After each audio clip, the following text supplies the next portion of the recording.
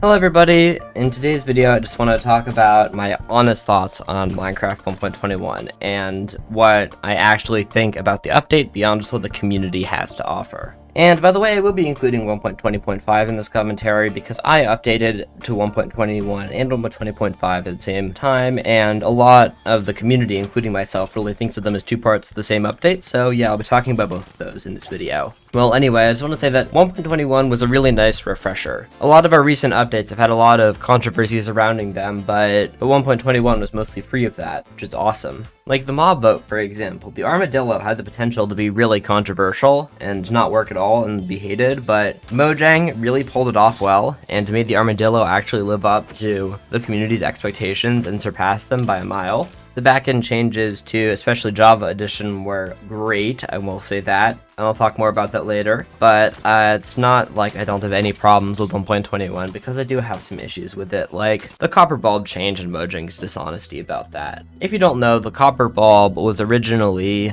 on a 1 game tick delay, which the whole community liked. Everyone liked that, and Mojang changed it to instant for some reason, which upset the entire redstone community because that eliminated 1 game tick redstone components in 1 block, which would have been great. It's pretty obvious that it was for parity, or at least that's what a lot of people think, but Mojang does not want to admit that, and they don't really give a good reason, and I don't like it when Mojang hides information from us, but yeah, that's not great. But on the other hand, that's just one part of the update, and it's really the only major gripe I have with it. Because, like, performance, for example, like, this is something that absolutely blew my mind when I went into 1.21. It's like a 1.7 times performance of what I used to get. Like, it is noticeably better in my hardcore world because of 1.21. The performance is very fast. And I really like the backend changes that Mojang implemented with making everything data-driven and everything, and the only issue I have with that isn't Mojang's fault at all. I think the changes were good themselves, but it's a little frustrating that mods are taking forever to update.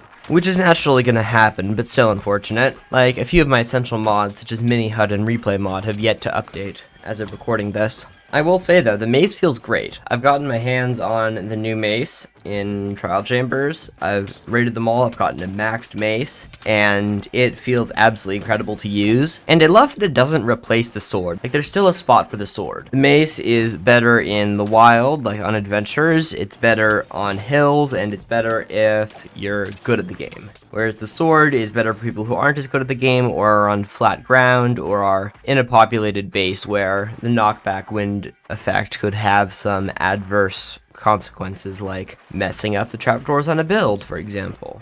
And the mace can trigger trapdoors via the wind burst enchantment. I will say that trial chambers were awesome. I had a lot of fun raiding trial chambers. I raided them for hours and hours trying to get my hands on the wind burst book, and I really like how they feel. They feel great. It didn't really ever get dull just because the trial chambers were really well made. They feel kind of like Minecraft dungeons. That's the best way to describe it. Like, they feel like you're just slaying a lot of enemies and solving some puzzles and getting keys to get loot. I guess not puzzles, but it's just a really fun experience, and I really like it. And I like the ominous trials as well, how there's more variability if you want to have something harder for later in game. Although it's still not much of a challenge for good players at Minecraft, because like, I really wasn't in any danger when I was doing ominous trials. And you can't do higher levels of ominous trials, so maybe that's just me, but this should probably be a little harder, or maybe there should be like an extra hard difficulty or something that you could do optionally just for fun. I don't know. And speaking of the ominous stuff, I really like the changes to Bad Omen they made, how it gives you a second chance before starting a raid.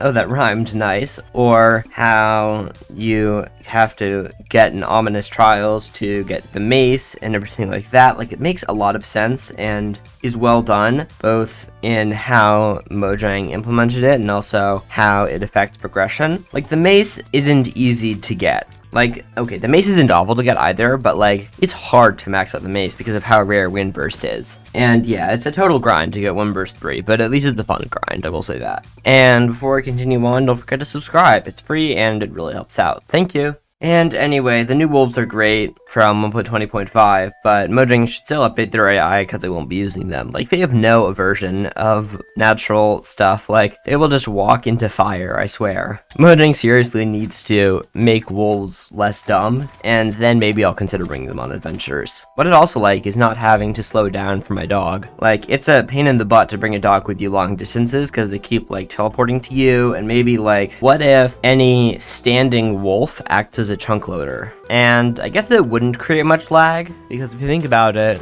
it'd teleport to a player anyway. They could only load one chunk per player, so it wouldn't be that bad. And that way, wolves could teleport to the player from any distance so long as they're standing. I was also really impressed generally with 1.20.5 because it was bigger than 1.15. And 1.15 was a major update, and 1.20.5 was a minor update, which is insane. And, well, 1.20.5, the armored paws drop, was the only minor version that I know of that got a name. And it added wolf armor and armadillos and new dog breeds, and it was great. And now let's get back to 1.21, where I want to talk about the new paintings, which were really unexpected, but really cool. Like, I like the new paintings. They look great. One thing that I thought Mojang was hinting at, but I was wrong, that I really badly want in the game, is the ability to make painting segments. Like, imagine if you could only use part of a painting in a build. Like, you shave off the corners of a painting and just leave the center. That'd be really cool. And I can imagine all kinds of clever stuff you could do with that. And the new building blocks that Minecraft introduced are also great. I love the new building blocks, and auto crafting is also really fun. And the update was oddly focused, but I generally liked it. And yeah, it was a bit lacking on content, but what we did get was definitely impactful, and there's no doubt that it was well made. And back to the blocks, I love the tuff. It's a great castle block. Like, I thought Deep Slate was going to be that. I remember being really excited for Deep Slate to build castles because it was between stone bricks and blackstone. It looks bad in castles, but tuff bricks are perfect. And the new copper looks very good. The copper grates are especially good for windows. And if you put a heavy core on a vault, you can make a little Star Wars droid. Creative only, probably, because of how rare those items are, and how locational it would be in survival mode. And yeah, people have been asking for auto-crafting for a long time now, and I think it's really good that they added it. A bit lacking on content, but what it got was impactful and well made, and so I'd say overall the update was in fact good. I'm sorry for clickbaiting a bit with the title, but yeah, I have some small gripes, but overall I approve of the update. And that's about it for me today. Don't forget to like and subscribe, and I will see you next time. Goodbye.